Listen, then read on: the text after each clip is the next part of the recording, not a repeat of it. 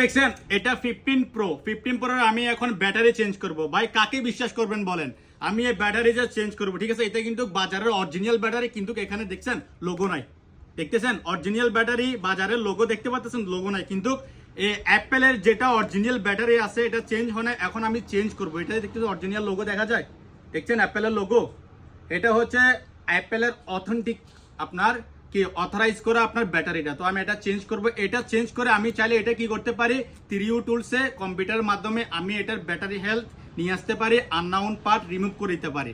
আর আমি চাইলে এই এলসিডিটাও চেঞ্জ করে রাখতে পারি। এটা হচ্ছে অরিজিনাল এলসিডি। অরিজিনাল এলসিডি দেখছেন, অরিজিনাল এলসিডিটা চেঞ্জ করে আমি একটা কি ডুপ্লিকেট এলসিডি লাগাইয়ে আমি চাইলে 3U টুন অ্যাড করতে পারি কম্পিউটার দিয়ে। সবকিছু আমি আননাউন পার্ট রিমুভ করে দিতে পারি, সেটা আইফোন 16 Pro Max হোক, 17 Pro Max হোক, 15 Pro Max হোক। কিন্তু আমি এটা করব না, কিন্তু এটা যদি করি কাস্টমারের সাথে দুর্নীতি হয়ে যাবে, ঠিক আছে?